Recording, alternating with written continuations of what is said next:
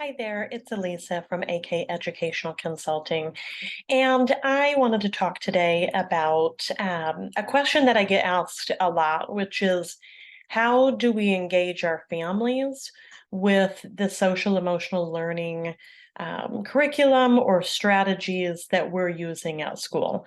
And that's a great question for a lot of reasons. Number one, because we want there to be some sort of continuity with the strategies that our kids are learning and using at school. And also, as a parent, and hopefully maybe you can relate to this, if you're a parent, we can all use as much help as we can get at this point. So if you're not an educator or a social worker, um, some of these strategies may be completely foreign to you. Things that maybe as an educator or a counselor or social worker just seems kind of like second nature to us. Um, a lot of parents don't are not familiar with a lot of these strategies. So I wanted to just hop on here today and talk briefly about how we do engage our families with SEL.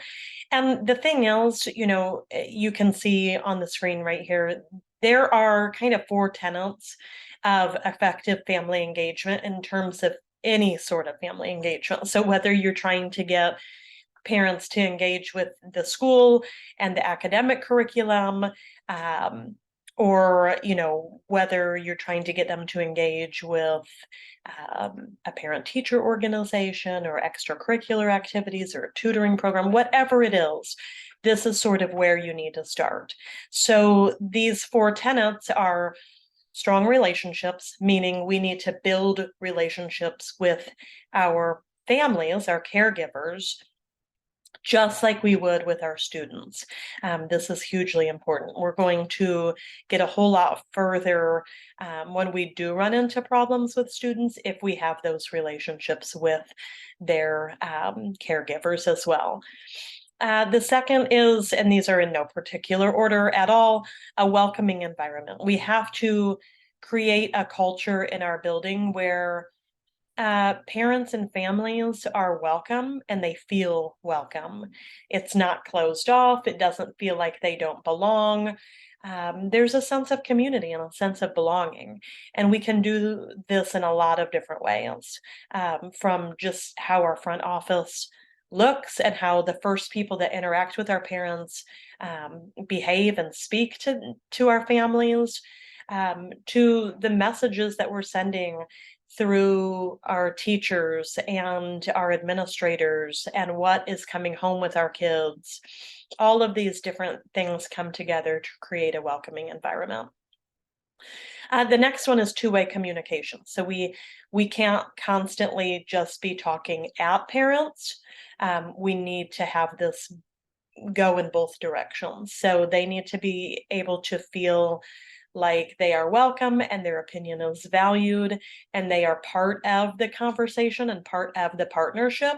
And it's not just an us versus them mentality, or we are the professionals and we know best, because at the end of the day, for most of our kids, their caregivers know more about them than we know about them.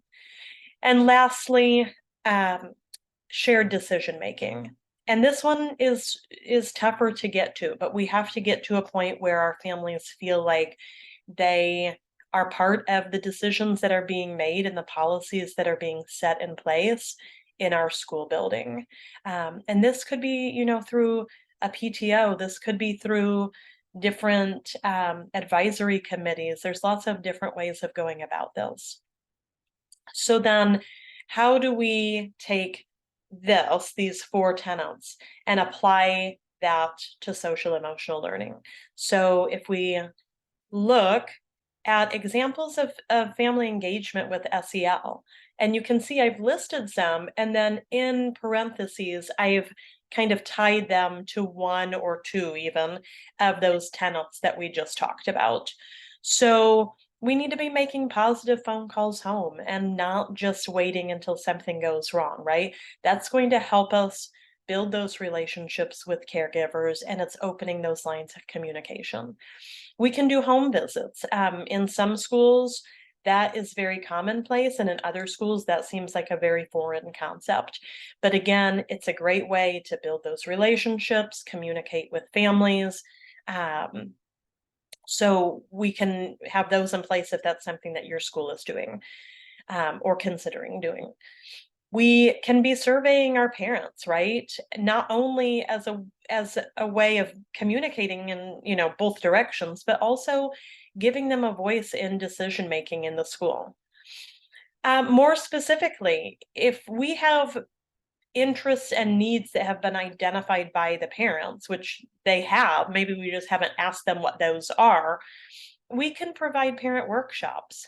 An example of this is one of the workshops that I go in and do in some schools, primarily for parents, is on social media and how we combat the negative effects of social media, and how do we put things into place in our homes to ensure that our kids are safe online, that they don't have access to things that they shouldn't have access to, all of those types of things that maybe, again, as educators, we think about or we read articles about regularly, but some parents just don't know where to start with that.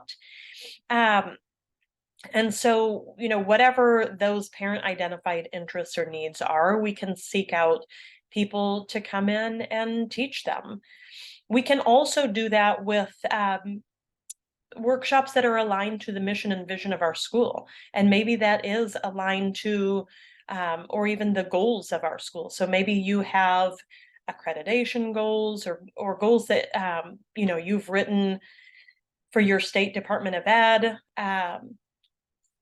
Maybe those are around social emotional learning. Provide parents some of the training that we're providing teachers so that they know what's going on in the school and the strategies kids are learning, so that they can use those at home too, because they're going to be just as effective at home as they are for us as teachers or school staff.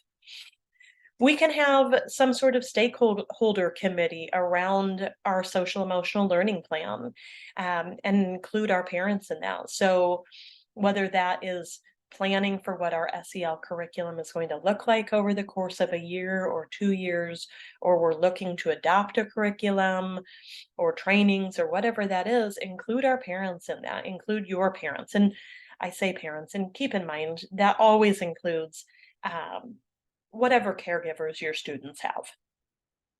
We can provide a variety of volunteer activities for parents so that they are in the building and they are seeing what's happening. They're welcome in our classrooms. They're welcome in the cafeteria or at recess or whatever that looks like.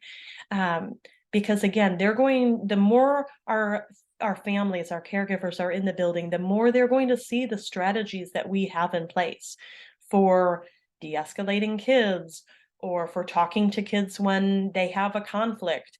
And as they see those, we're modeling not only for our students, but also for our families as well. They're seeing that, and they may be getting all sorts of ideas of things that they have never thought to use with their own kids.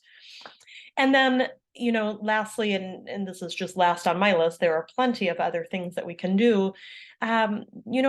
Have some sort of extension programming or extension activities where kids are taking what they're learning in terms of SEL in the classroom or at school, and applying that to home, and maybe doing some sort of project that involves their families as well, so that we're just bringing everybody together. We're kind of wrapping everybody into this SEL programming that we're doing by ensuring that it extends out into their homes as well.